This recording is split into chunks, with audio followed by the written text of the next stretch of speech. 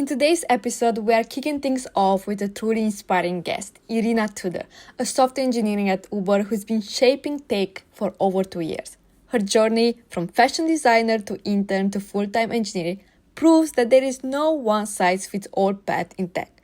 Iarina shares her invaluable tips on how to break into the industry, the first steps you should take, and also some key advice for anyone looking to start their own tech journey. You won't want to miss this one. Can you do a small intro on yourself and what you're doing at Uber? Yes, so my name is Iarina, as you already said, and I'm a product engineer at Uber. I work on the earnings side, mostly earnings experience, which is on like very easy terms, the post-trip experience that earners have. So once they finish a trip, they go into the Uber app and they see their earnings, they see the trip they made, where they've been, and try to like understand how much money Uber takes, how much money they did, and all of this.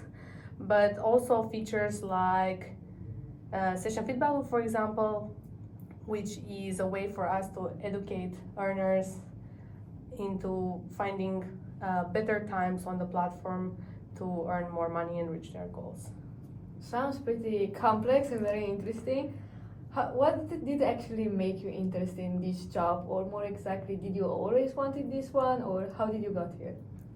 In this team specifically, or as a software engineer in general? Let's take this team specifically this time. So I think it was luck-based for me. I started at Uber as an intern, and funny story, usually you're supposed to choose some specific area where you would like to do, if you would like to be a backend engineer, front-end, and mobile. And I think something went wrong in my process, that they thought that I'm going to be a mobile intern, and I got in this team because they were doing some mobile work.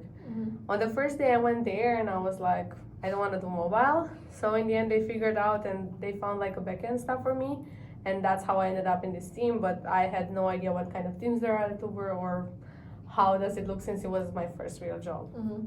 And what about software engineering? Did you want it to be there? I think no. So for me, I always wanted, at least in my, let's say, first 16, 18 years of my life, I wanted to be a fashion designer. I used to take courses for like sewing and all of these things. I really liked it, and I was like telling all the time, like, I don't understand these people that always change what they want to do in their life. I always knew that I'm gonna be a fashion designer. I did this since I was like 4-year-old. That's how I'm gonna do. And then I started looking at other things and I saw, oh, I'm actually smart. Maybe I should use my brain into something more technical. And I used to like physics. So I was thinking maybe I can do something there, or then I thought maybe I can do architecture to keep combining with like the drawing. Then I wanted to do psychology. But my parents were like, try to find something that also gives you some money. And I was always good at like solving problems, but I never really liked, coding. Where I'm from, we also have programming in high school, which is not something that happens everywhere. So I was exposed to it in the past, but I was not really enjoying it. I was just liking to find the idea to solve something, and then I was letting it go. And there used to be this teacher that was doing private lessons with, and she was, I think, main reasons why I'm doing what I'm doing today. She was like so inspiring. Like, the woman was blind, and she was like teaching us and helping us to navigate these things without seeing anything, which, when you code and you need to find a bug, like you don't see anything. It was impressive. And before like we were going to choose university, like she told me if I can stay over for longer after the session that we had with some other people, and told me that like, what do you want to do? I was like, I'm thinking to maybe sign up for like something psychology or like AI, more like this human computer interaction, something like this. And she was like, let me tell you something, like anyone can code. Like, there are a lot of people, especially here, the guys that you are doing the sessions with, they know very well how to code. And that's not what people need. People need people that ask questions. And when you think about solving a problem, you always ask why. And that's what's gonna make you more successful than the other. And then I said, okay, then maybe this is how this role should be, and I should give it a chance. And I think that's how I ended up here. Oh, interesting. Very thoughtful story. Especially like, it's very interesting how she teach you while she was blind. Like, I'm very much respect for people that are able. I remember this story from her. She said because she was very passionate about it. She said that her mother bought her a computer one day, And the first thing that she did, she disassembled it in pieces. And her mom was like, "What did you do?" I spent so much money, of course. Like she was, I don't know, 40 something when she was teaching me, right? So when she was teenager, her mom spent so much money on that. And she said that it's not useful for me if I don't know how it works. And she put it back, being blind. And I don't know, this woman was like a rock. Yeah, I love these people that are so passionate that they're like, I need to understand how it works in order to. Yeah. I really also good. do. I'm always thinking that, in order to like be good at something, you need to like be that crazy passionate about it. I see all of these like people that I was in university with, like always programming, always doing things, and then I was like, I don't do that. Does it mean that I'm not okay to be here because I'm just different and I'm not passionate in that sense? But I guess that's part of the journey, to figure out what works for you. Did you find out? I think I'm figuring it out every day, but I think what keeps me is still the same core thing that I said before, like solving problem. And I get very excited and very happy when I solve problems, and I think that's something that makes me a bit different than the engineers here. Yeah, No. definitely. I do think that's one of the main pain points that I started learning when I started doing hackathons, was the fact that it's cool to code and everything, but I wasn't also like very, like, I did enjoy it, I do still enjoy it, but I feel like something is missing. And that's one thing that he told me, you need to always ask yourself why you're building X, and actually go in the mind of a client to be sure that you're actually building for them, not that it's a cool idea that you could code. Yeah, for sure. So I do think that's a pretty important step. But except the fact that you managed to find this passion, and I am assuming you did the university in computer science, what do you think were the steps that made you manage to get firstly the first internship at Uber and then be successful here? I mean, yes, I did a university here and technical part, so I did a computer science bachelor at U Delft, which I think in a sense played an important role, not because of the knowledge that I learned there, but I think it was a well-known name that universities teams were targeting. So it really helped my CV that I didn't have much experience getting there, because I feel like now in this industry it's so popular every summer to like do endless internships and everything. And I personally thought that you have your whole life to work. Sometimes, especially during the summer, I didn't want to put this pressure on me, so I didn't have like a CV with all of this stuff. And also at the same time, I don't know, I felt like I don't want to be just some names on a CV. I don't want to be known that, oh, you have Google, Microsoft and everything in there. So I always tried like small companies. I did an internship before for like 8 weeks, very short one at a Dutch company. So I didn't really have all of this stuff. But I think just because I had a university and they gave a chance on me to see actually how I think in the interview, and that really helped to get the opportunity. And a funny story, when I did, so how the interview worked before, you have like a round to do on your own time for 2 weeks, which I didn't do that great, but they still took a chance on me, and they told me like, hey, there is some room for improvement, but we want to give you a chance. And then I had the interview with people, and I think there the soft skills that I have were like super important, and that's what stand out for them, because at the end was like, yeah, you have good technical skills, but we have no really comments for you to say on the other side, because you just impressed us by how you talk to us. And today I became an interviewer at Uber, and I look for the same kind of skills. So I think that's what helped me get here. Pretty good. And going back to your role at Uber right now, how is like your day-to-day look like? I feel like my days are very different from each other, so maybe I'm gonna tell you how my day today was. But in general, as a product engineer, I'm not very technical in like all of these low-level things. I work very, very close with my stakeholders, with my product managers, with design. So I started my day I have this big project that I'm working on, and I had a meeting with my designer, and we were trying to figure out how we can put both the product problem and my technical limitations for our system into a design that is like good experience for the user. Because as you said, I think the most important thing is not to have the engineering hat on, but to have like the customer's hat on, and you want to build something for the customer, not that you have like a fancy algorithm or anything. So you try to maximize, of course, with good practice is what you can deliver to them. And after that, bunch of meetings bunch of focus time to work on this project architecture that I'm doing. I also had I like to do a lot of extracurricular things, so I'm part of the education. It's an onboarding for the new engineers, and I led the session for them. Oh, that's so cool. And yeah, now I'm here with you. So this is usually how it is. I try to have a mix of stakeholder management, investing in like my things that I really like mentorship or giving back to the university, or other engineering session, and some focus time for like the coding and design part. Sounds like a good balance you created for yourself. How is it to actually keep it? It's hard, I think, because I feel like once you find things that you want, it's very hard to say no to things, and they can keep piling up. And I think that's something I still try very hard to learn how to manage. Sometimes it's very tiring, but the moment I feel that, I just try to like take a break, like listen to my body, and just, even for a few hours, the job will still be there. And then if you take those hours, not think of like, oh my god, I'm working only 4 hours today, then maybe tomorrow, instead of like having 8 hours where in 4 hours you're trying very hard to be the computer, no anything, those 4 hours that you actually spend are more productive. Yeah. I think that's a good advice even for me. I need to learn to do that, because I'm just trying to push everything and it's not working out. No, it's not, and it's very hard, I think, because we want to do everything, but sometimes you just have to stop. And in your opinion, how do you think your work impacts the company or the people? I mean, my work has different layers, so of course we want to give good experience to the users, but we also have to deal, since my work is the screen that customers see, right?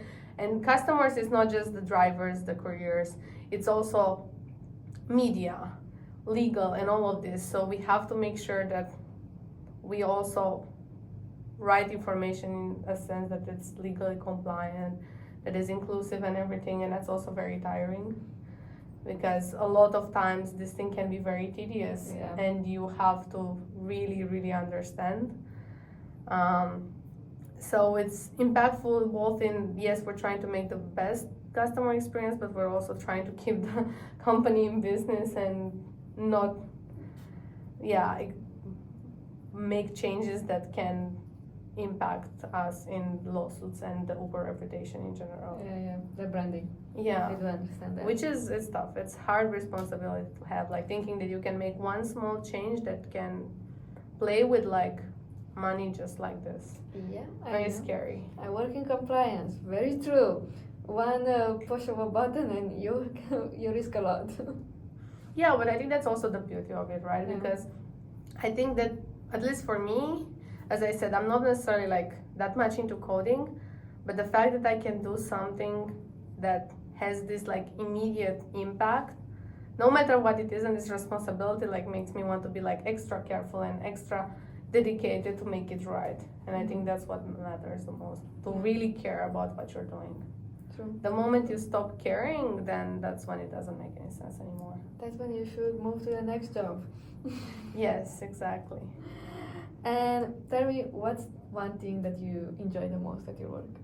I think the people, really, because I try to look at myself today and try to look at myself 2 years ago when I started here, and I am doing things that I could never imagine back then that I could. And that's 100% because of the people, that they were, first of all, they are very smart, intelligent people, but they're also very caring and giving, and spend a lot of their time and resources in me.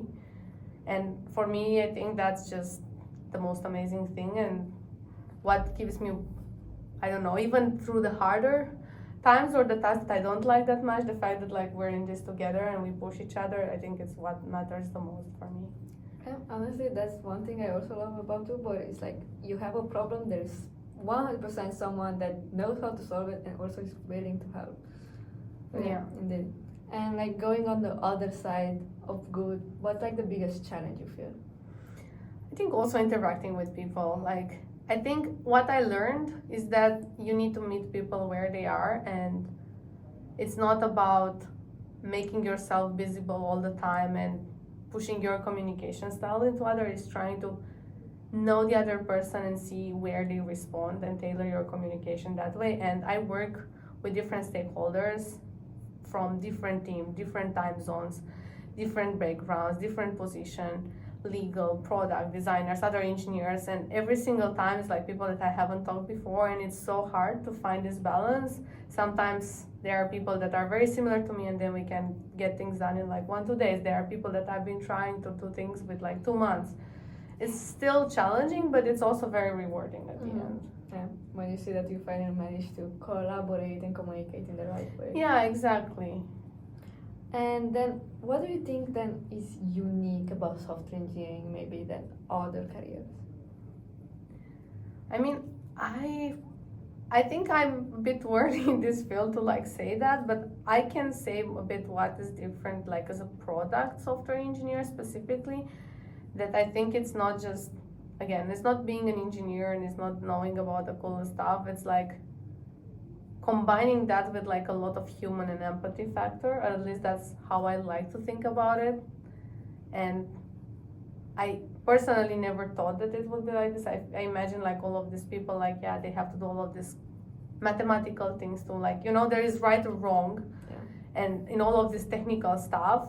And I realized that there's, at least here, it's not like that. It's not about right and wrong. It's like, what is the best today for the audience that you have, and that's what makes it unique and makes every single challenge unique. It's like, even if you're doing the same or similar thing twice, it's not the same if the audience or the target is different. Actually, I never thought of it like that, but yeah, it's true. But then, what do you think is like the biggest misunderstanding from your job? I think people in general think that, especially to be at such companies, everything is about being the best in like coding, doing a lot of lead code, knowing all the algorithm, reading all of the new things that appear, like watching technical videos all the time, articles.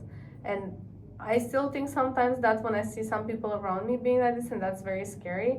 But then I noticed that the most successful engineer that I have are the one with the best communication and soft skills. And those, like, I will quote one of the quotes that one of my friends told me, that like, opportunities come to those that are seen and heard. And it is a very important skill to have that. And in general, you have this misconception that engineers are all of these people, like they never come out of their house, they game all day with like the hood on and everything. And that's not what successful engineers are. Successful engineers are humans that build connection with each other, that support each other, that know where to put the human factor in. And then, what would you say that are the top 3 most important skills? I think for me is like empathy, meeting people where they are, and problem solving. Okay, good. And let's say if I'm a person that I'm interested about software engineering, I'm at the beginning of my career, zero clue where to start, what would be some things that I could put my hands on to start understanding? On one side, it is software engineering for me, but on the other side is like, am I good at it?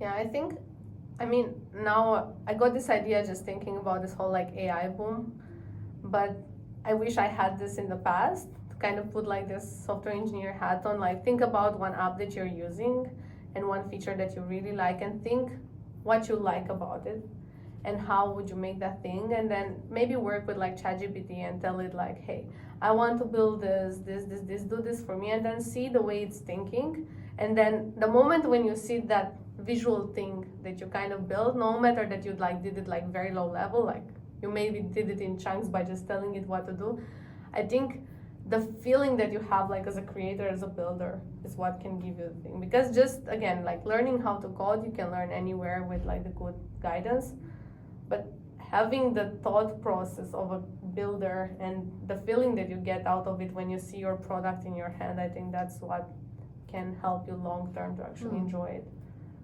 Okay, good. We'll try to do it, see if that fits me. Yeah, I mean, nowadays there is all of this vibe coding concept, and I see one of my colleagues does this a lot, and like he builds all of these amazing apps. Of course, it helps when you know something to like correct it, so maybe not at that level, but I think just the idea that, you know, you made something, no matter how, you contributed to it, Mhm. and seeing like the final product, it brings so much to most people that are in this field. Okay, and then let's go to the final question, which is one of the things that I love to ask absolutely everyone. Is like, if you could give a piece of advice to your younger self, what would be that advice? I have so many. I need to think for a little. I think breathe, because I think that nowadays, like, everything is so fast paced, and we all the time feel like we are behind. It doesn't matter what, we always think we are behind. We don't know what we are behind of, but like we constantly rush and we want more and more and more. And I think happiness is like a transient feeling, and you should just enjoy it while you have it.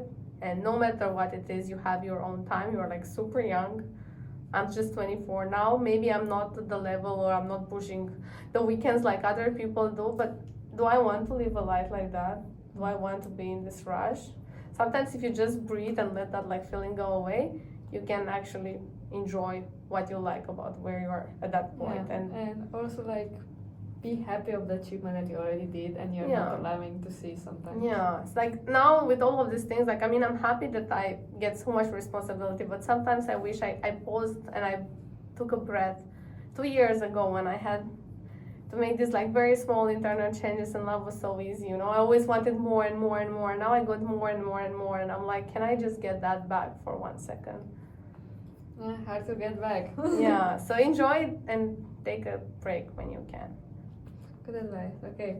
Well, thank you for being here and giving your advice. And yeah, maybe we'll see you in another episode. Yay. Thank you for listening to this first episode from the series From Dream to Career, where we're diving into incredible journeys of women in tech to help you explore the opportunities in this exciting field. Each episode brings you insight tips, advice, and real stories from professionals who have created their own path. Don't miss the next episode this Thursday, where we'll be hearing from an intern in Uber who made a bold career shift and proves that it's never too late to follow your dream. Stay inspired, stay motivated, and remember, your tech journey could start today.